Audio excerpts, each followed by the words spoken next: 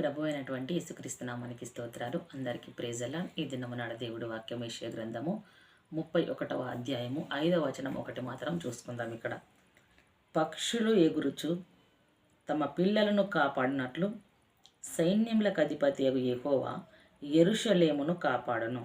దాని కాపాడుచు విడిపించుచుండును, దానికి హాని చేయక తప్పించుచుండును. హల్లెలూయా. దేవుడు వాక్యం సెలవిస్తుంది. ఏమంటున్నాడు ఇక్కడ దేవుడు? పక్షులు ఎగురుచు తమ పిల్లలను కాపాడునట్లు అంటున్నాడు. ఇజ్రాయేల్ ప్రజలు చేసిన పాపదోషమును బట్టి దేవాతి దేవుడు వారిని ఇంకను చిన్న పిల్లల వలని చూశాడు. వారు తిరిగి రావాలని కోరుకున్నాడు. కానీ వారిని దేవుడు కోపంతో కానీ దేవుడు వారి విషయంలో ఆగ్రహంతో కానీ ఎప్పుడు చూడలేదు. కానీ వారిని పసిబిడ్డల వలె చూశాడు. పసిబిడ్డల వలె చూసి వారు మరలా తిరిగి నా యుద్ధకు రావాలని కోరుకున్నాడు అని దానికి కింద వాక్యం ఉంటుంది. కాబట్టి దేవుడు వాక్యం సెలవిస్తుంది కదా. అదే రీతిగా మనం ఇక్కడ చూసుకున్నట్లయితే పక్షులు ఎగురుచు తమ పిల్లలను కాపాడునట్లు అన్నట్లుగా చూస్తాం. గద్ద ఎగురుకుంటూ ఎక్కడ కోడి పిల్లలుంటే అక్కడికి వస్తుంది, ఎక్కడ పిల్లలుంటే అక్కడికి వస్తుంది ఆ కోడి పిల్లని తీసుకొని వెళ్ళాలని. కానీ ఆ గద్ద ఆకాశంలో ఉంటుంది, ఈ కోడి నేలపైన ఉంటుంది. ఆకాశంలో ఉన్నది ఎత్తుంటుందా, నేలపైన ఉన్నది ఎత్తున్నదా అని చూసుకున్నట్లయితే నేలపైన ఉన్నది తక్కువ స్థాయిలో ఉంటుంది, ఆకాశం పై ఉన్నది నేలకు రావచ్చు, ఆకాశంకు ఎగరవచ్చు అందనంతగా. అయినను సరే ఈ కోడి పిల్లల తల్లి ఉంది కోడి, ఈ కోడి ఇక్కడే ఉంటుంది, ఆకాశంలో ఉన్న గద్ద ఉంటుంది. కానీ పిల్లల దగ్గరికి వచ్చినప్పుడు గద్దను గెదుముతుంది, అంత ఎత్తుకు ఎదుగుతుంది. ఎలా? గద్దను ఇట్లా దరిదాపులకు రాకుండా ఎగురుతుంది. ఆకాశం అంతా పైన కోడి ఎగురలేదు, కానీ అయినను సరే పైనుంచి కింది వరకు రాగల శక్తి గద్దకుంది, కింది నుంచి పైకి ఎగరగల శక్తి గద్దకుంది.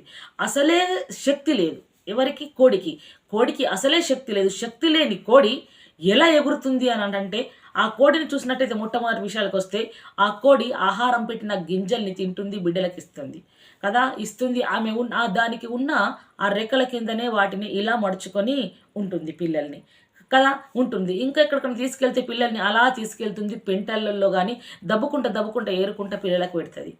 శక్తి లేని ఆ కోడి, శక్తి కలిగిన ఈ గద్ద వాటి కొరకు వస్తుంటే అంతగా కాపాడి కంటికి రెప్పగా ఉంచి తన రెక్కల కింద అంతా పొగిడించుకొని పిల్లల్ని కనబడకుండా ఉంచుతుంది. ఏంటి? కోడి.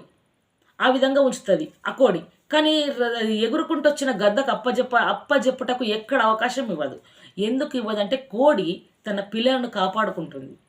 అదేవిధంగా గద్ద ఎగిరినప్పుడు కూడా కోడి అంత దూరం మీద దాన్ని గెదిమేస్తుంది, కానీ దాని పిల్లల దగ్గరికి రానివ్వదు. ఎందుకంటే దాని పిల్లలకు హాని జరగనివ్వదు, కలగనివ్వదు. ఆ విధంగా ప్రభు అయిన యెహోవా సెలవిస్తున్నాడు ఇక్కడ. ఏమని అంటే మన గురించి, పక్షులు ఎగురుచు తమ పిల్లలను కాపాడునట్లు సైన్యములకు అధిపతి యెహోవా యెరూషలేమును కాపాడును. హల్లెలూయా. మన జీవితాలలో, మన కుటుంబాలలో కూడా అనేకముగా అపవాది శత్రువైన సాతాను, ఆకాశమైన దురాత్మ సమూహము, చుట్టూన్నవారు, మన బంధువులే అనుకున్న వారు మనల్ని, మన బిడ్డల్ని ఎన్నో విధాలుగా శ్రమ పెడుతూ హింస పెడుతుండగా, ఈ తండ్రి అయిన దేవుని వైపు మనం ఆయన వైపు తిరిగి ఆయన వైపు చూసిన ఎడల ఆయన కూడా పక్షి కాపాడునట్లు నేను మిమ్మల్ని కాపాడుతాను అంటున్నాడు. మనం ఏం చేస్తామంటే మన సొంత నిర్ణయాలు, సొంత ఆలోచనలతో కృంగిపోకుండా ప్రభు అయిన యెహోవా వైపు చేతులు చాపినట్లయితే ఆ గద్ద యథార్థ తరమబడిందో, యేసుక్రీస్తుల ప్రభుల వారు లోకంలో మనకు లేసిన ప్రతి వ్యతిరేకతను, ప్రతి దురాత్మక్రియలను, ప్రతి అంధకార శక్తులను ఆయన బంధించి మనకు ఆయన అంటున్నాడు అని ఇక్కడ అంటున్నాడు. దాని కాపాడుచు విడిపించును. హల్లెలూయా. గద్ద కూడా ఒక్కో సందర్భంలో పిల్లను ఎత్తుకొని వెళ్తుంటే కూడా కోడి దాని వెనకాలే ఎగపడి అది తీసుకొని వస్తుంది పిల్లను. ఎందుకు? దాని బిడ్డ, అది కంది, దానికి అధికారం ఉంది, దానికి ఆరాటం ఉంది బిడ్డను కాపాడాలని. ఇక్కడ తండ్రి అయిన దేవుడు కూడా మనల్ని కన్నాడు, మనల్ని పెంచాడు, పోషిస్తున్నాడు, కంచె వేశాడు, రక్షణనే శిరస్త్రాణమును మనకి ఇచ్చాడు ఆయన. కాబట్టి ఆయన ఎలా ఊరుకుంటాడు? వేరళ్ళు తన్నుకపోతుంటే మనల్ని ఊరుకోడు. మనము కూడా ఆయనకు తిరుగుబాటు చేసే ప్రజల వలె కాకుండా ఆయనను అనుసరించే ప్రజల వలె ఉన్నట్లయితే ప్రభువులైన యేసుక్రీస్తుల వారు మనల్ని కూడా విడిపిస్తాడు. ప్రతి అపాయం నుంచి విడిపిస్తాడు, ప్రతి ఆపద నుంచి విడిపిస్తాడు, ప్రతి శ్రమ నుంచి విడిపిస్తాడు, ప్రతి సమస్య నుంచి విడిపిస్తాడు, ప్రతి ఇరుకు నుంచి విడిపిస్తాడు, ప్రతి అప్పు నుంచి విడిపిస్తాడు. ఎందుకో తెలుసా? ఇతరులు నిన్ను తన్నుకొని పోకూడదు, ఇతరులు నిన్ను అవమానపరచకూడదు అని దేవుడు మనల్ని విడిపిస్తాడు. దానికి ఆని చేయక తప్పించుచుండును. హల్లెలూయా. ఆని చేయడు ఆయన, ఇంకో దాన్ని చేయనీయకుండా ఆయన తప్పిస్తాడని దేవుడు వాక్యం ఇక్కడ సెలవిస్తుంది. అదే రీతిగా మత్తయి సువార్త మనం చూసుకున్నట్లయితే 23వ అధ్యాయము 37లో చూసుకుందాం. యెరూషలేమా యెరూషలేమా, ప్రవక్తలను చంపును, నీ యొద్దకు పంపబడిన వారిని రాళ్లతో కొట్టుచు ఉండుదానా అంటున్నాడు. మనం ఎలా చేస్తాం? ప్రవక్తలను దేవుడు మన దగ్గరికి పంపితే వారిని కూడా మాటలతో చంపేస్తాం. నీదే అట్లనా ఇట్లనా అని రాళ్లతో కొట్టారు ప్రజలు. దేవుడి సువార్థికులు ప్రజల దగ్గరికి ఇది సరి అయిన మార్గము కాదు, ఇది సరి అయిన మార్గము చెప్పినప్పుడు కొట్టారు. అలా కొట్టినను దేవుడు ఏమంటున్నాడు? తన ప్రవక్తలను చంపినను, తన ప్రవక్తలను, తన సేవకులను కొట్టినను, దేవుడిని తిరస్కరించినను, ఆయనను సరే మరొకసారి చేయి చాపుతున్నాడు. ఎందుకో తెలుసా? లోబడను నేను ప్రజల వైపు నిత్యము నేను నా చేతులు చాపుచున్నానని దేవుడు వాక్యం సెలవిస్తుంది. ఆయన మాట్లాడుతున్నాడు. లోబడం మనము, ఆయనను సరే దేవుడు చేతులు చాపుతున్నాడు. ఎలా చాపుతాం? చిన్న బిడ్డ తిరగబడితే మనం ఇంకా దా అని మరొకసారి పిలుస్తాం. దేవుడు కూడా మనల్ని చిన్న బిడ్డల వలనే ప్రేమిస్తున్నాడు. తిరుగుబాటు మానుదామా? దేవుడి వ్యతిరేకతను మానుదామా? దేవుణ్ణి అవమానించుట మానుదామా? అన్నిటినీ మానుకొని దేవుడు మనకున్నాడు తోడు అనేది ఒక ధైర్యంతో మనం ముందుకు సాగుదాం. ఇక్కడ అంటాడు ఏమని? కోడి తన పిల్లలను రెక్కల కింద కేలాగు చేర్చుకొనునో అలాగున నేనును నీ పిల్లలను ఎన్నో మార్లు చేర్చుకొనవలనని ఉంటిని గాని మీరు ఒప్పనొల్లకపోతిరి అంటున్నాడు. మన బిడ్డలను మనల్ని ఏమనుకుంటున్నాడట? కోడి తన పిల్లలను రెక్కల కింద ఎలా చేర్చుకుంటాదో నేను నిన్ను, నీ పిల్లలు, నీ కుటుంబంను రెక్కల కింద చేర్చుకుంటాను, కాపాడుతాను అని నేను ఎన్నో మార్లు ప్రయత్నం చేసిన, ఎన్నో మార్లు మీ ఎద్దకు వచ్చిన, వాక్యముగా మీ ఎద్దకు వచ్చిన, ప్రవక్తల ద్వారా మీ ఎద్దకు వచ్చిన, ప్రార్థన ద్వారా మీ ఎద్దకు వచ్చిన, సమస్య ద్వారా కూడా నేను కనిపించాను మీకు. అయినను సరే నేను కాపాడుతాను అంటే మీరు వినలేరు, మీరు ఒప్పుకుంటలేరు. ఎందుకు ఒప్పుకుంటలేరు? మీరు పాడు కావడం నాకు ఇష్టం లేదు. మీరు నా చిన్న బిడ్డలు, నేను పెంచుకున్న బిడ్డలు, నేను రక్తము చేత కొనుక్కున్న బిడ్డలు, మీరు నాకు కావాలి, మీరు విడిపించడమే కావాలి, మీరు క్షేమంగా ఉండడమే నాకు కావాలి అని దేవాతి దేవుడు ఇక్కడ అంటున్నాడు. ఏమని? మీరు ఎన్నో మార్లు చేర్చుకోవాలని నేను చూస్తే గాని మీరు ఒప్పుకోకపోతిరి అంటున్నాడు. కోడి రెక్కల కింద ఉన్నట్లు. అందుకని అంటాడు, ఇదిగో మీ ఇల్లు మీకు విడవబడి ఉన్నది, ఇది మొదలుకొని ప్రభు పేరిట వచ్చువాడు స్తుతింపబడును గాక అని మీరు చెప్పు వరకు నన్ను చూడరని మీతో చెప్పుచున్నాను కదా. మనది మనకు విడవబడుతుంది. అప్పుడు అంటున్నాడు ప్రభు, అంటే అప్పటి వరకు మీరు నన్ను చూడరు అంటున్నాడు. అంటే దేవుడు సమీపంగా ఉన్నప్పుడు మనం వెతకడం మాగిపోతున్నాం. సమీపంగా ఉన్నప్పుడు మనము వెతకాలి. ఇక్కడ అంటున్నాడు, దేవుడు వాక్యం సెలవిస్తుంది ఏమనంటే దేవుడు కాపాడుతానంటున్నాడు. కీర్తన 28:7 అంటాడు ఏమని? యెహోవా నా ఆశ్రయము, నా కేడెము, నా హృదయము ఆయన యందు నమ్మిక ఉంచెను గనక నాకు సహాయము కలిగెను. హల్లెలూయా. కీర్తనకారుడు అంటున్నాడు. ఏమంటున్నాడంటే యెహోవాయే నాకు ఆశ్రయము, నా కేడెము, నా హృదయం ఆయన యందు ఏముంచింది? నమ్మిక ఉంచింది, కాబట్టి నాకు సహాయం దొరికింది. అంటే మనము కూడా మన బిడ్డల్ని, మన కుటుంబమును, మన బిడ్డల జీవితాలను దేవుడు చేతిలో పెట్టి, దేవా నీవే నాకు సహాయము, కేడముగా రండి, కోటగా రండి అని మనము దేవుణ్ణి వేడుకునేలా ఆయన సహాయం పంపుతాడు. భయపడకూడదు. దేవుణ్ణి అడగటానికి ధైర్యంగా వెళ్ళాలి. ఏదో తప్పు చేసాం, తిరుగుబాటు చేసాం, దేవుడు వదిలేస్తాడేమో, వినడేమో అనుకోనకూడదు.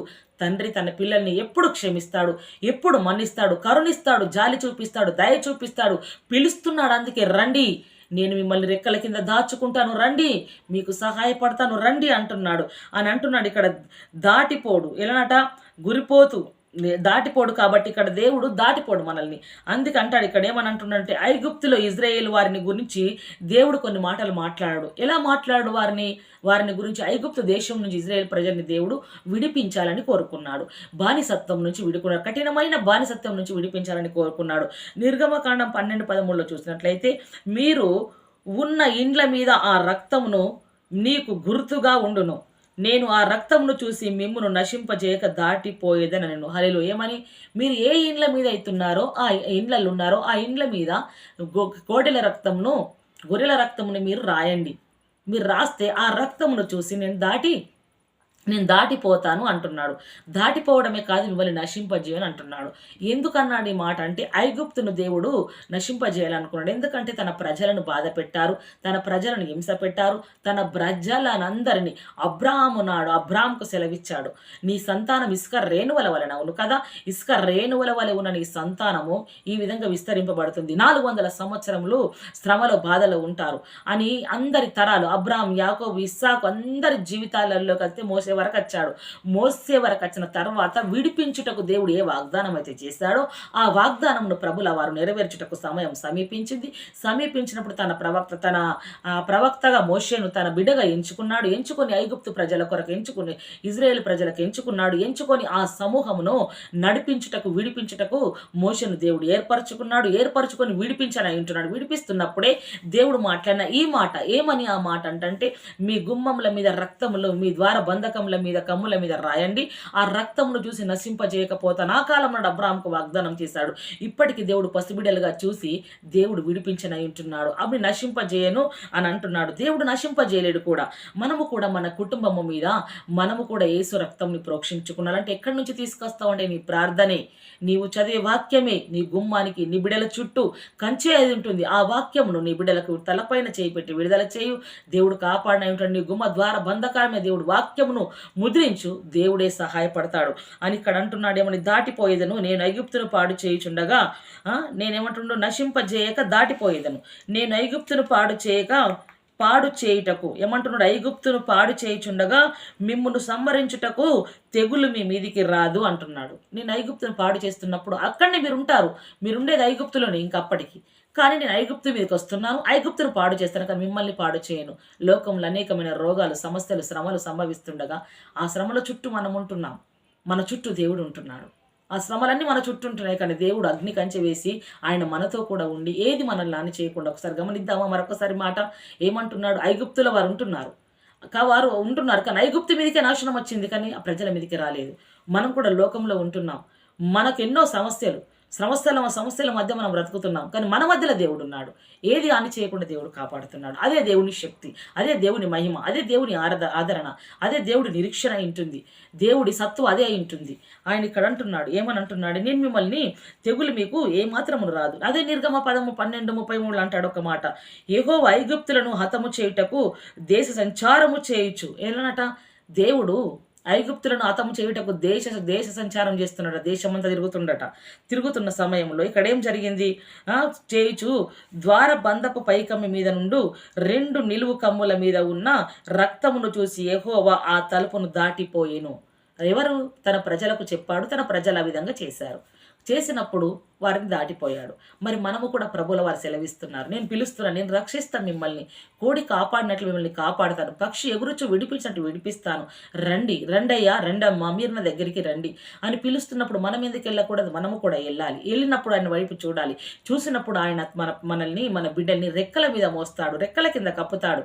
ఆయన రెక్కలు మనకు బలం ఇస్తాయి, ఆయన రెక్కలు మనకు ఆరోగ్యం ఇస్తాయి అంటాడు కదా, తన రెక్కలు మనకు ఆరోగ్యం కలిగిస్తాయని మనం దేవుడు వాక్యం చూసుకున్నట్లయితే ఇక్కడ అంటాడు, మిమ్మును హతము చేయుటకు మీ ఇండ్లలోనికి ఏమి అట సంహారకుని చొరనీయను అంటున్నాడు. హల్లెలూయా. ఏందట? మిమ్మల్ని నశింపజేయుటకు మీ ఇండ్లలోనికి లోపలికి సంహారకుడు రాడు, చూసి వెళ్ళిపోతాడు అంటున్నాడు. మనము కూడా క్రీస్తు రక్తంలో కడగబడ్డాం. నిత్యము వాక్యం చేత ప్రార్థన చేత కంచె అనేది వేసుకొని దేవుడి వైపు తిరిగినట్లయితే దేవుడు మన మీదికి ఏ కీడు రానివ్వడు, ఏది అపాయం రానివ్వడు, ఏ మరణము రానివ్వడు. కాబట్టి ఇక్కడ అంటాడు, ఆయన తన రెక్కలతో నిన్ను కప్పును, ఆయన రెక్కల కింద నీకు ఆశ్రయం కలుగును. లేదా గంతులు వేసినట్టు నీవు గంతులు వేసేదువు, అలాంటి బలము నీకు కలుగును. దేని వలన? ఆయన రెక్కల మీద నేను కాపాడుతాడు. కోడి తన పిల్లల్ని రెక్కల మీద ఉంచి ఇలా పక్షి ఎలా ఎగురుతుంది, కోడి రెక్కల మీద పిల్లల్ని పెట్టి ఇలా ఎగురుతుంటుంది, పడిపోతుంది, దానికి అంత పైనకి ఎగురినాను పైనకి ఎగురుతూనే ఉంటుంది. కానీ బిడ్డకి ఏం ధైర్యం? తల్లి రెక్కల మీద ఉన్నాననే ధైర్యం బిడ్డకు, తల్లి రెక్కల మీద నిలిచి ఉన్నాననే ధైర్యం బిడ్డకు. అంటే మనకుంది ఆ ధైర్యం, మరి మనకెందుకు లేదు ధైర్యం? సర్వశక్తిమంతుడు మనల్ని కాపాడుటకు ఆకాశం అందున్నాడు, భూమి ఆయన పాదపీఠంగా ఉంది. ఆయన హస్తం మనకు తోడై ఉంటే, ఆయన రెక్కల మీద మనం ఉంటే మనకి ఏదైనా హాని చేస్తుందా? హాని చేయదు. ఇక్కడ అంటాడు, ఏమని అంటున్నాడు? దేవుడు వాక్యం సెలవిస్తుంది, పక్షిరాజు తన గూడు రేపి తన పిల్లలపైని అల్లాడుచు రెక్కలు చాపుకొని వాటిని పట్టుకొని ఎలనట పక్షిరాజు తన గూడును రేపుతుంది. తన గూడును రేపి ఆ గూడును తీసుకొని తన రెక్కల మీద వేసుకుంటుంది. పిల్లల పైన అల్లాడుచు తెలంగాణ తన పిల్లల పైన అల్లాడుచు రెక్కలు చాపుకొని వాటిని పట్టుకొని పోతుందట. తన పట్టుకొని పోయి తన రెక్కల మీద వాటిని మోయినట్లు యెహోవా వారిని నడిపించును. హల్లెలూయా. ఆ విధంగా మనల్ని నడిపిస్తాడు. పక్షిరాజు గూడు రేపి రెక్కల మీద మోయినట్లు మనల్ని ఆయన మోసటకు సామర్థ్యుడై ఉంటున్నాడు, శక్తిమంతుడై ఉంటున్నాడు. అటు దేవుణ్ణి మనం ఆశ్రయిస్తున్నాం కాబట్టి మనకెందుకు భయం? రెక్కల మీద ఉందాం, రెక్కల కింద ఉందాం, ఆయనతోనే ఉందాం, ఆయన వైపే చూద్దాం. అప్పుడే మనకు విడుదల కలుగుతుంది. ఇటు మాటల్ని బట్టి మనం ప్రార్థించటకు బద్దులం కావాలి. ఇటు మాటలు దేవుడు మనందరిని ఆత్మనితం దీవించి ఆశీర్వదించి ఫలింపజేయును గాక. ఆమేన్. Praise the lord.